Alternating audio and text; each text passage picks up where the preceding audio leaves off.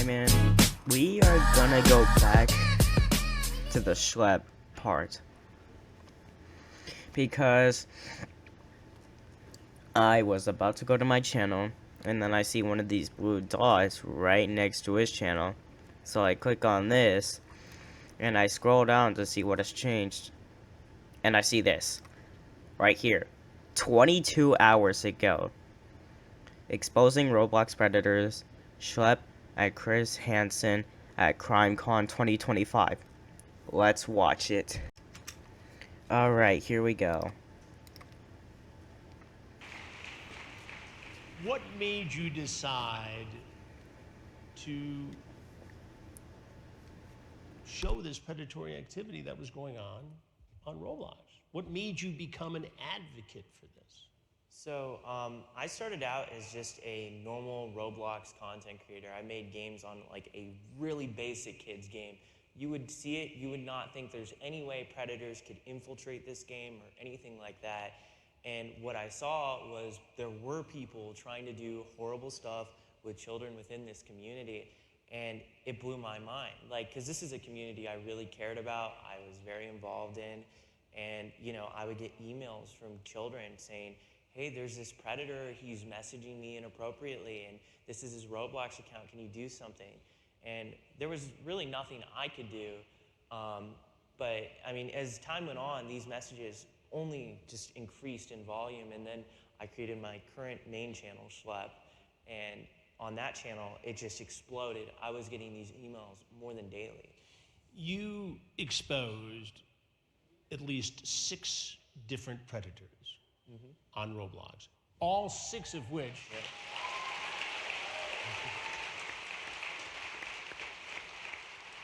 all 6 of whom were prosecuted by law enforcement.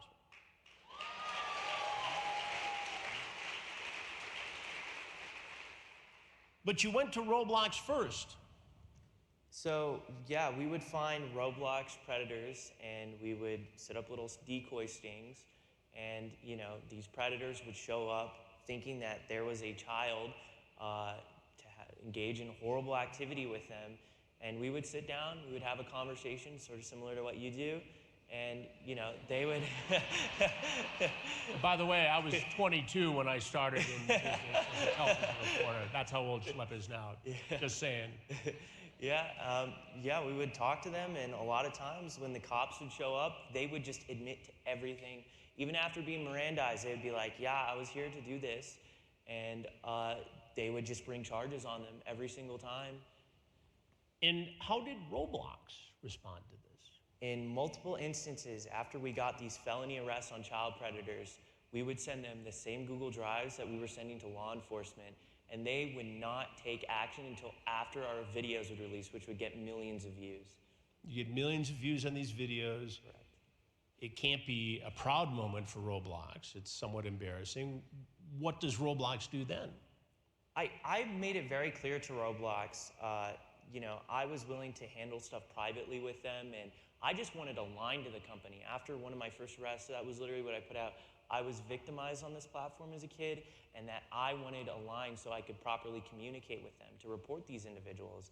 And, you know, Roblox, they never gave me anything until what happened very recently. Which was? A cease and desist letter. A cease and desist letter. So get this, all right? And it was true. Schlep was sent a cease and desist letter, which is incredibly stupid because, one, he was catching predators that were trying to groom kids. And two, I still don't get it why they would send up a cease and desist letter for protecting kids. It's just not right. Schlep, who's doing this work, receives a cease and desist letter from Roblox, essentially threatening legal action and insinuating that he was breaking the law and certainly breaking the terms of service with Roblox. Now, Steve, we looked at this cease and desist letter during the course of our interview. I spent a whole day last week in Chicago at Steve's law office with him, his partner, Schlep, and Schlep's mom for our documentary on True Blue. And it was just an amazing and eye-opening experience, even for journalists who've been doing this for 43 years. I mean, it's shocking that a corporate citizen would not seize on the opportunity to make him a part of the solution as to target him as a villain.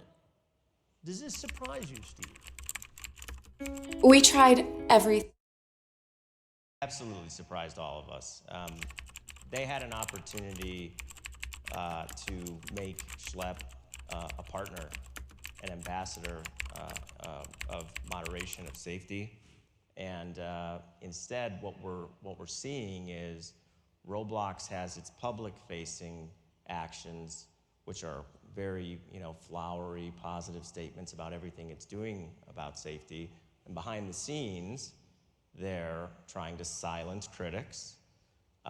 They are removing content that Schlep and others have identified from their platform to cover their tracks. Yes. And they are trying to move cases that have been filed, including cases that we filed on behalf of minor children, into confidential arbitration, where public scrutiny of the company, of the choices they made, of what they knew when they knew it, would be completely impossible. Is this arbitration a normal part of dealing with a case like this, or is this a way to hush people? It's a way to hush survivors of sexual assault, and it is unconscionable. It's something that the United States Congress in 2023 decided through legislation that they were not going to permit forced arbitration of sexual assault cases.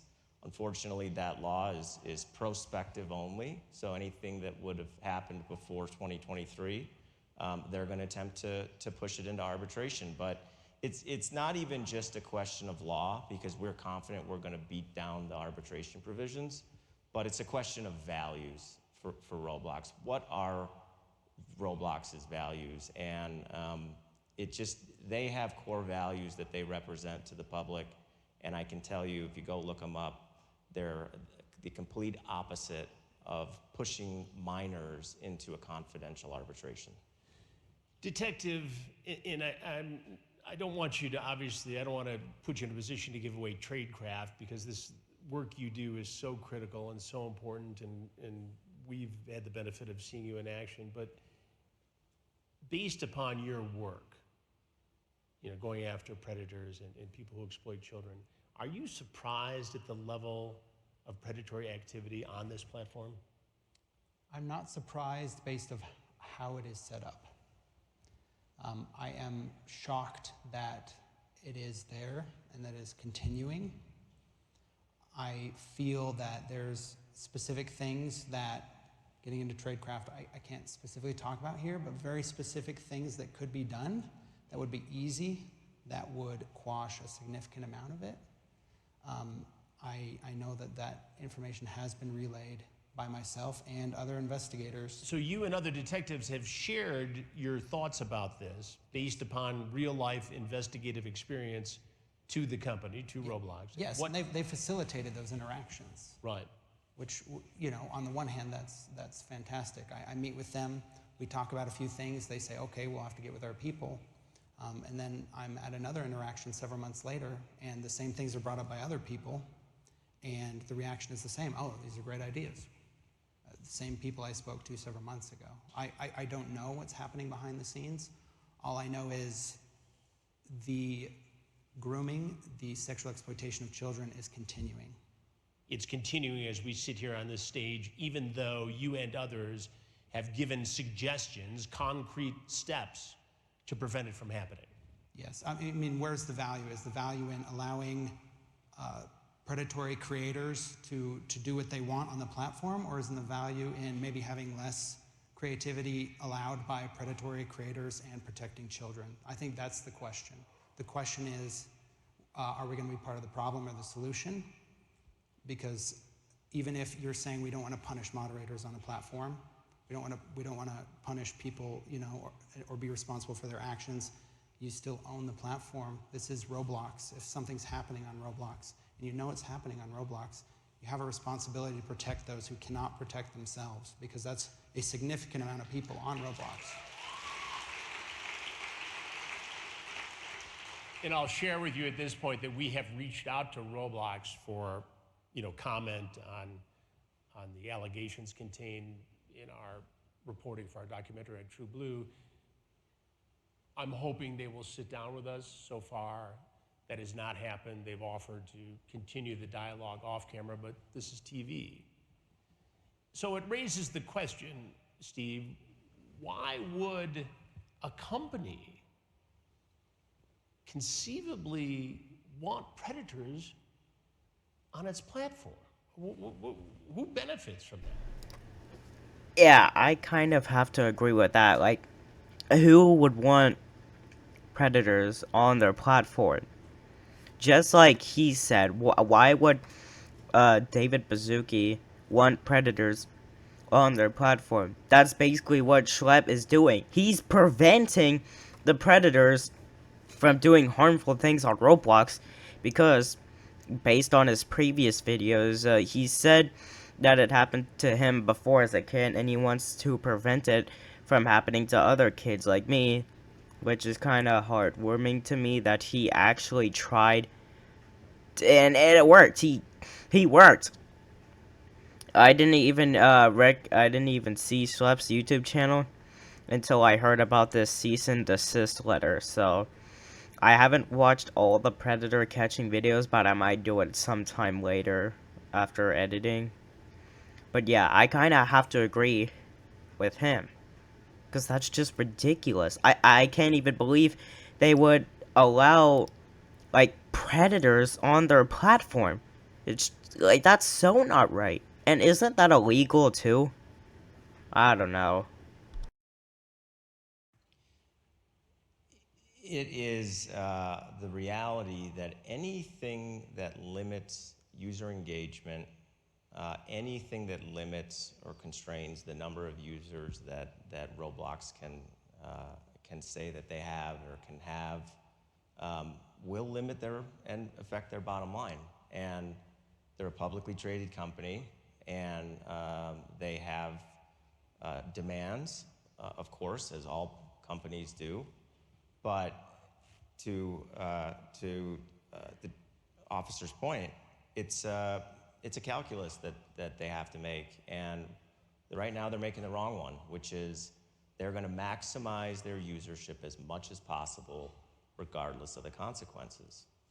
If you follow Schlep on social media and on his YouTube, you will see him expose some of these games in areas of Roblox that are, you know, racy, questionable, that are accessible to 5-year-olds. Yeah, I mean, Roblox, as of this exact moment, has smash or pass games that 5-year-olds can play. What is a smash or pass game?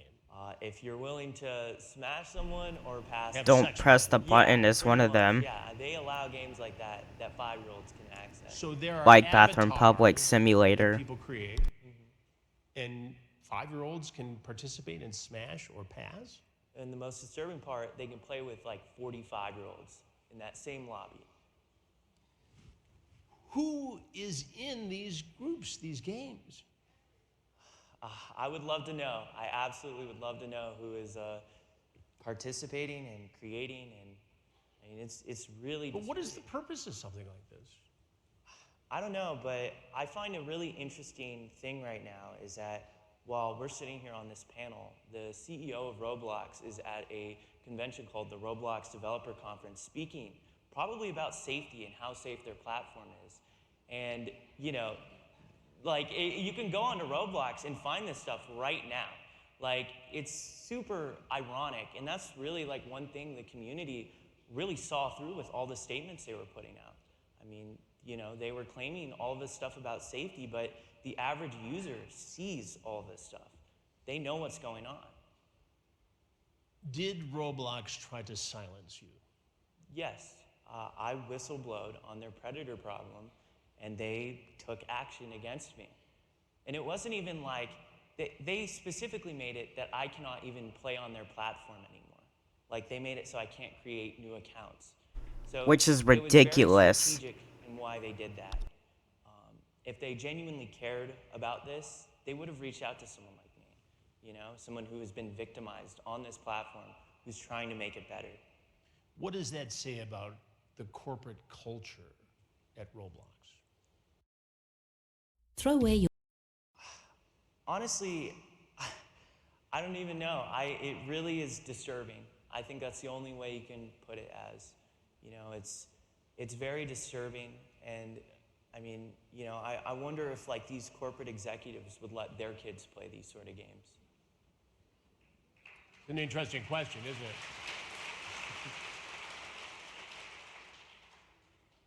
Detective, what do you say based upon everything you've learned, everything you know about the activity on this platform? What do you say to parents? I'd say that there are individuals, a significant amount of individuals on that platform who have a obscure sexual interest in the violation of innocence. And I would say, with that being the case, if it was my children, I would not put them on there. It's unavoidable that, you know, they will encounter sexual themes at the very least. It's so rampant because of creativity, right? And that's what we love about children, is that they are creative and they are curious. But with those two things comes a horrible,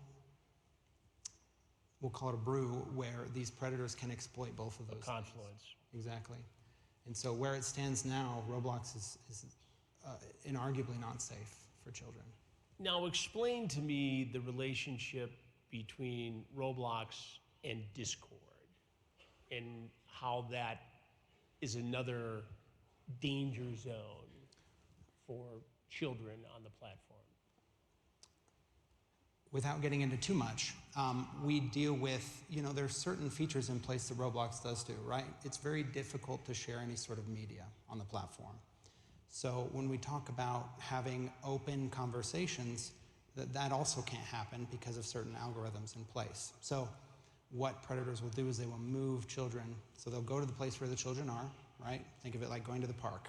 Roblox is the park. They'll go to the park, they'll find the children, specifically in places where exploitable children might go, playing certain games and in certain communities, and then they will move them to Discord. And in Discord, it is very easy to get away with a lot of things, to speak about things very plainly, to share media very plainly in these servers where you can create a server, that's what it's called, where you set it up to look as one thing, and then once someone gets a certain role, you can view these hidden rooms. And in these hidden rooms, the grooming can take place, the extortion can take place, the direction to produce child sexual abuse material. And that's another does take reason why I place. have my text And messages that is disabled. a significant theme I've seen throughout several cases, both active and closed. And Steve, is there a business relationship between Roblox and Discord? Yes, they share a user base. After years of Roblox essentially banning references to Discord, they did a complete 180, and now you can link your Discord account in Roblox and a whole bunch of other off-platform social media accounts. Roblox has a bot on Discord. They have a symbiotic relationship, Chris, and you know, they've known about the issues with Discord. I think everybody has. And they've decided that rather than prevent their users from being able to be moved off platform, they're gonna make it easier. And there's no other way to look at their relationship as one of business. Now, Discord has said recently that it's changing some of the access rules to 17 and above for some of these different sites. Yet it still appears, and Schlep just spoke to this, that kids as young as 5 can access these areas, some of which have very adult, explicit conversation, themes, and activities. Yeah, I mean, just recently, Roblox announced that they were going to limit chat function for anyone under the age of 13. But that still leaves 13-year-olds with the ability to chat with complete strangers. And going back to our case in Iowa, that's a 13-year-old girl right there. Well, in our experience with our takedown predator investigations, the key targets are 13, 14, and 15 years old. So what does it achieve by having age verification for somebody who's 13? Nothing. They don't want to take real action because they know that when they take real action, it's going to affect the bottom line.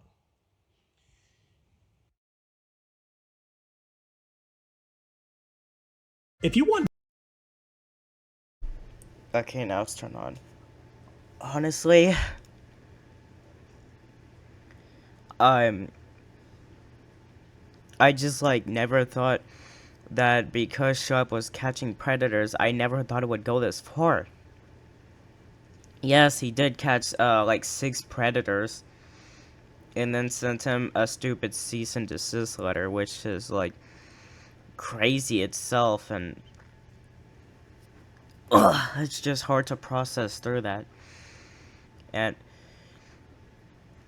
this like Schlep situation has been making me feel off, which I did explain in a previous video I've made before. And because of this situation, it's hard for me to process life. Because all I can think about is just like Schlep getting sued, or like the cease and desist letter. So I'm worried if he'll ever be able to catch predators again, like Schlep explained. I don't know, if you guys want me to react to more of his future videos that he makes, go ahead and comment them down when they do get released. And I'll see you guys next time.